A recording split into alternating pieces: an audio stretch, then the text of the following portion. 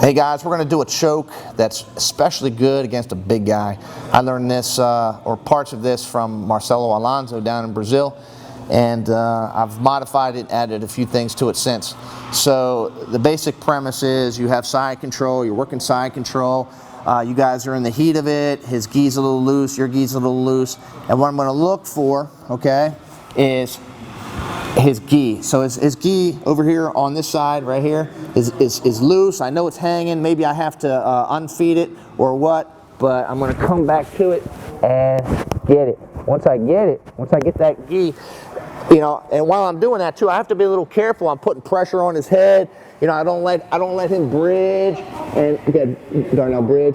I can't let him bridge and try to take me off. Okay, so just be a little careful during this moment.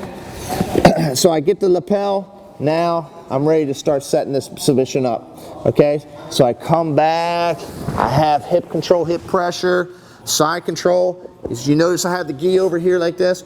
A lot of times what I like to do is push it out, okay? Push it out and circle it up. Now, what I do is I feed that to my right hand.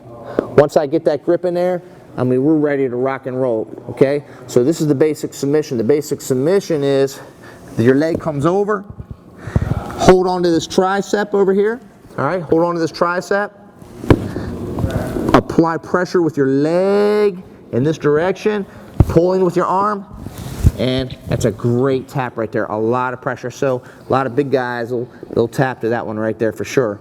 But sometimes we have complications. Sometimes that left arm from Darnell gets in the way, so I try to lift this leg up, and he's blocking. He's blocking. I've tried dealing with that sometimes with that knee right there, and sometimes that'll work, but I've since come up with something better. So what I'm going to do is, all right, I get this block, and I'm going to start shifting into some side control pressure, all right? So what I'm going to do is shift my hips, my right shoulder's in or under his neck, okay, and I'm going to apply pressure this direction, and I'm going to block this hip over here like this as I do that. Now, he does not like that.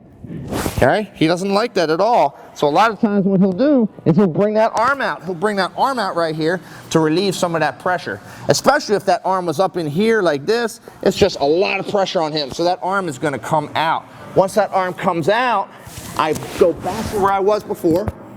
And notice that I've killed that left arm of his. Okay? So it's not there to block that leg now. So then I go back into my original choke, and I get it, okay? That right there is wonderful just by itself, but there are other possibilities here too. So sometimes, like when that pressure and his arm comes out here like this, that can set up a nice bread cutter choke. So I learned some details from Rodolfo Rivera from this. He does this a little differently, but this is how I do it. I circle in here like this, and I grab that cloth.